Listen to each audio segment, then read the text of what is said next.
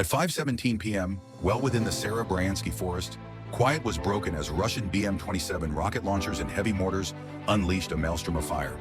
Within 10 minutes, more than 300 shells and rockets tore through trenches and rattled Ukraine's forward defenses. It was not random, but a carefully aimed push to create an opening towards Lyman.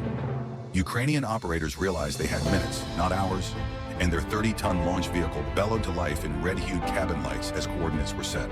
Electronic warfare vans jammed Russian radar, while motorbike-mounted infantry deployed robotic mine layers onto supply routes, laying out fatal ambushes for advancing tanks. At 9:52 p.m., the first Ukrainian rocket ripped into the sky with a deafening crash, but the launch revealed their position as well. Russian counter-battery fire was already seeking them.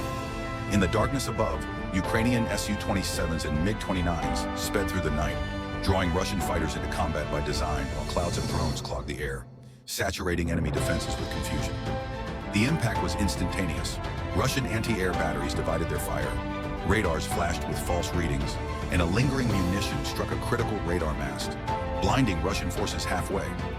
Tracers and flares illuminated the darkness as drones dived into ammo trucks and sensors, making airspace over Kursk a deadly three-dimensional game of chess. Meanwhile, Ukrainian tanks and armored carriers rolled forward from behind trees, spilling infantry on dirt bikes to make flash raids to sever supply lines and attack soft targets. What had started as an unexpected artillery bombardment had now spread to a full-on combined arms attack. On the ground, in the air, and on the electromagnetic battlefield. Well in front of the main thrust, Ukrainian Spetsnaz sneaked forward through darkness with laser designators, tagging Russian bunkers and fortified shelters near the depot. Seconds afterward, long-range artillery pounded with precision medicine, concrete bursting under guided rounds. Russia retaliated with rage as BM-30 launchers spit gigantic rockets through the night sky. But Ukrainian electronic warfare warped their guidance off course, sending explosions harmlessly into fields. Next was another surprise. Small robotic crawlers, previously used by motorbike units, set off shaped charges under roads just as Russian armor advanced, tearing apart a T-72 and engulfing supply trucks in flames, bringing the convoy to a stop in disarray. Above, drones flooded sensors and radars as tanks and troops closed in on the ground, tightening the circle with relentless pressure. Russian defenses scrambled. Torm-2s flooded radars, Pantsir batteries divided fire between rockets and drones, and Shilka cannons lashed the horizon, but their systems were overwhelmed, confused into firing on decoys as real rockets thundered through. Ukrainian doctrine was now on open display. Layered attacks from all sides, overrunning defenses that were geared for order by burying them in chaos. Pantsir crews struggled to resupply, computers locked up, gunners shot belts into vacant night, and meanwhile drones descended on radars, antenna masts, and ammo trucks, blinding and disabling the network. In the face of frantic return fire, the inevitable occurred. At 10:03 p.m., a Vela rocket struck the Kursk depot's eastern warehouse, its 370-pound warhead detonating stacked artillery rounds. The outcome was apocalyptic, a trail of fireballs ripping through concrete, throwing steel and earth into the air, and rending the night asunder. 30 seconds later, a second Ukrainian missile tore the roof of the Grad storage depot, detonating rows of 122 mm, throwing blazing wreckage into the air. Shortly thereafter, a third missile hit the western depot, where cluster munitions exploded simultaneously in a murderous series of tiny explosions that shredded the building. The fire raged out of control, engulfing stacked S-300 missiles, with huge warheads detonating with such intensity that windows exploded 2 miles away in Kursk City. The depot was not a target anymore. It was an inferno, burning soldiers, cars, and ammunition in all directions. The underground bunkers containing BM-30 rockets exploded at 10:55 p.m., sending a crater 130 feet in diameter into the earth and lighting up the night sky with a mushroom cloud burning orange. Fire units never reached it. Roads were torn apart. Robotic mines shredded convoys and drones raked trucks while broadcasting the devastation to command centers in the world. By midnight, Kursk's night sky burned blood red, its biggest ammunition depot completely wiped out, 3 weeks' worth of artillery power gone in one night. But amidst the destruction, Ukrainian soldiers were captured on camera, administering first aid to Russian soldiers wounded and staggering from the fire, a humane moment amidst the destruction.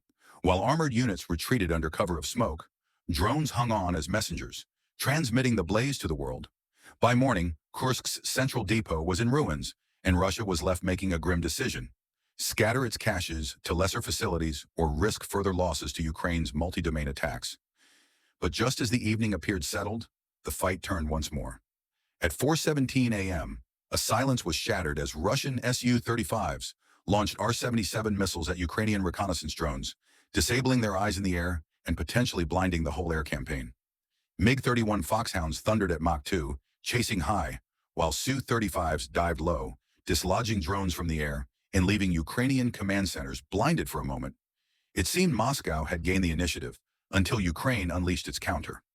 Waves of converted Lancet drones and reliable Bayraktar TB2s flowed in under the cover of darkness from concealed launch sites, striking at the vulnerable links. Radar and comms trucks. In minutes, an S-400 control radar and a forward command center were ablaze, blinding Russia's shield and unpicking coordination. Russian pilots, once the dominant flyers, suddenly found themselves flying blind. That was Ukraine's window.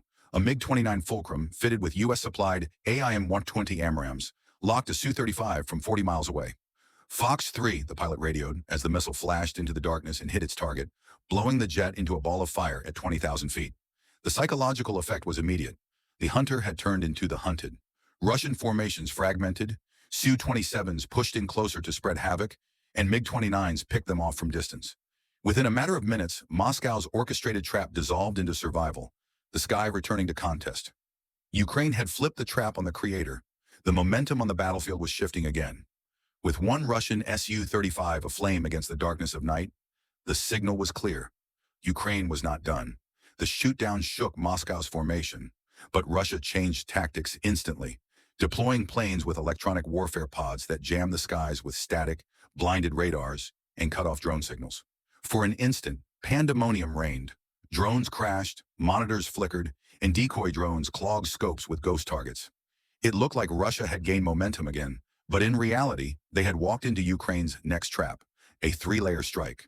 First, kamikaze drone swarms skimmed the treetops before crashing into fuel trucks and radar trailers, with explosions ringing out like drums. Then Ukrainian MiG-29s launched long-range AMRAAMs, dispersing Russia's fighters and shattering their formation. And lastly, Su-27s plunged in low, releasing American JDAM smart bombs that ripped open the runway and set fuel depots ablaze, reducing Russia's forward airfield to a smoking crater. Still in desperation, Moscow sent up Ka-52 gunships, but covert Ukrainian squads deployed Switchblade drones, ripping the helicopters apart in midair in a fireball cascade.